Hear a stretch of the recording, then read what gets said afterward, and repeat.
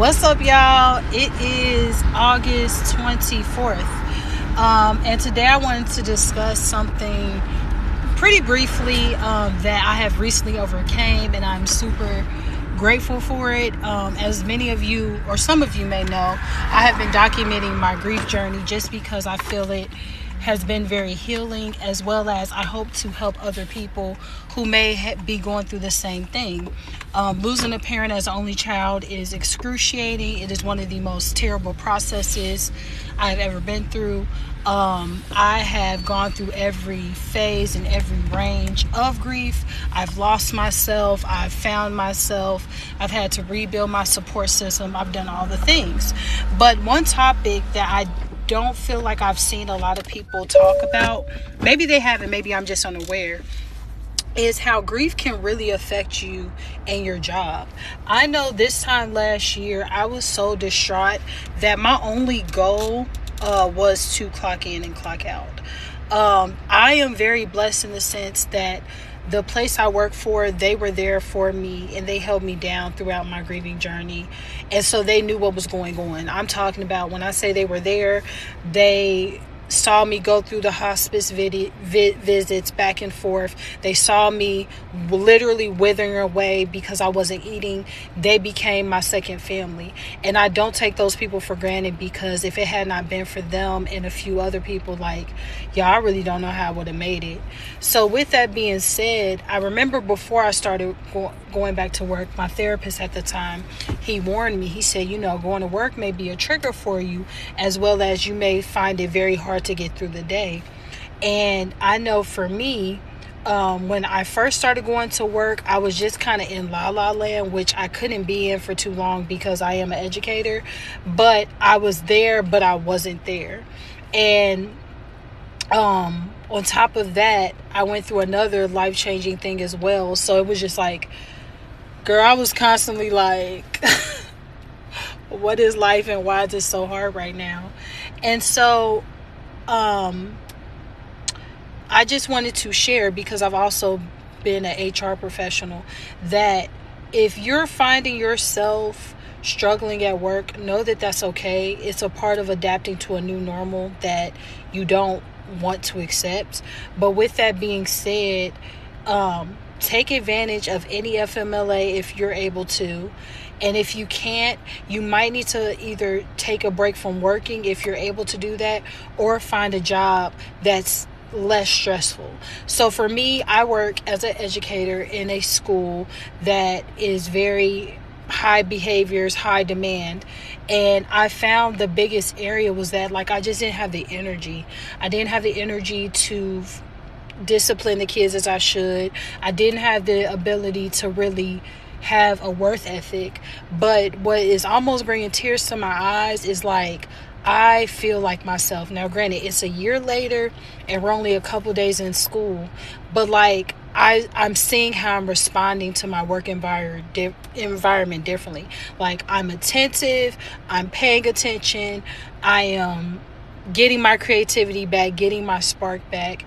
And so I just want to share that, don't beat yourself up, because grief, it really rocks your world, and it could be a lot. And I'm just thankful that I'm at this place now, and I'm going to continue to grow and shine. But I'm also grateful that I'm able to look back and see you weren't doing so hot. And guess what? That is okay. And to my staff, I am grateful. I love y'all down. To my students, thank you for being patient with me. They had no idea of what's going on because, they're kids. But I'm just grateful because I'm at this sweet spot of grief where, although it hurts like heck, just yesterday I was bawling my eyes out.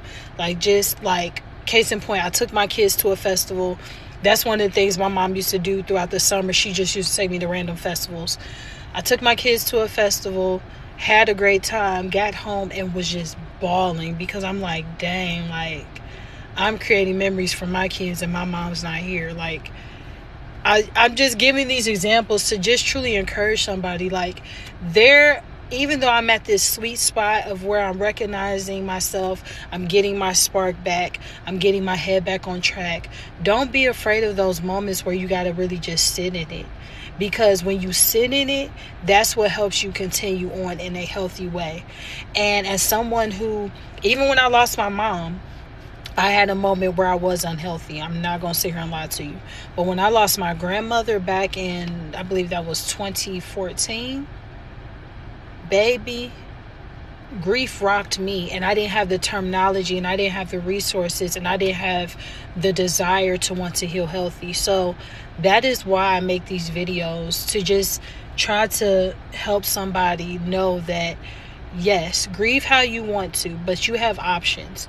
And guess what? You have balance within those options. I know the difference from when my mom passed and my grandmother. The number one thing I knew was that I wanted to do it in a healthier way, but to also give myself grace and allow myself to fall apart. Because when you lose a loved one, especially a parent, you've never done that before. You've never gone through that before. Regardless of your relationship with that parent. And in my case, when I lost my mother, my father's still alive, but I lost him too because he didn't show up in the way that he should. And guess what? Like, those are hard things to face. So like, I am now living with the reality that I am a real live orphan out here who has been forced to rebuild a support system during one of the most painful times in my life. Like, I can't make this up. But the only reason why I'm able to smile, the only reason why I have fire in my belly to continue to live, is because I got 2 beautiful kids to live for, as well as, like, I am so proud of myself for surviving something that really could have destroyed me. Like, some people are able to compartmentalize and just carry on. I am not that one of those type of people.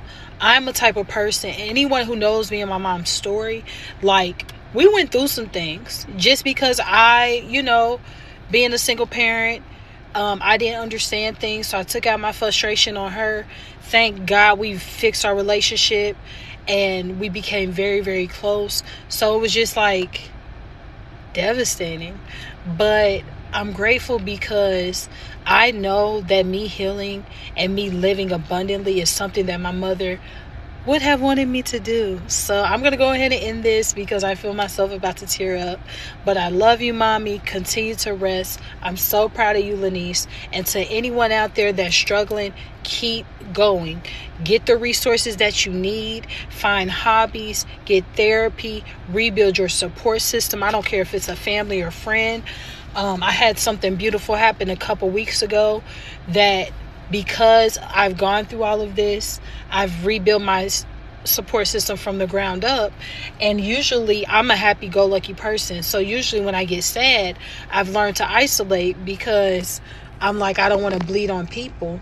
But the group I have now, because I've communicated better boundaries and my needs, they were able to pull me out of a situation that I had to do a whole different video about that, because I don't even think they understood how they unlocked something else within me. So yeah, like, just keep going, keep grinding, keep going. And if you ever feel a type of way, like, I love you and I will continue to pray for you. I pray for grieving people every single day because the weight is heavy. But once we learn how to manage it, it can become a beautiful thing. Have a great day, y'all. Bye.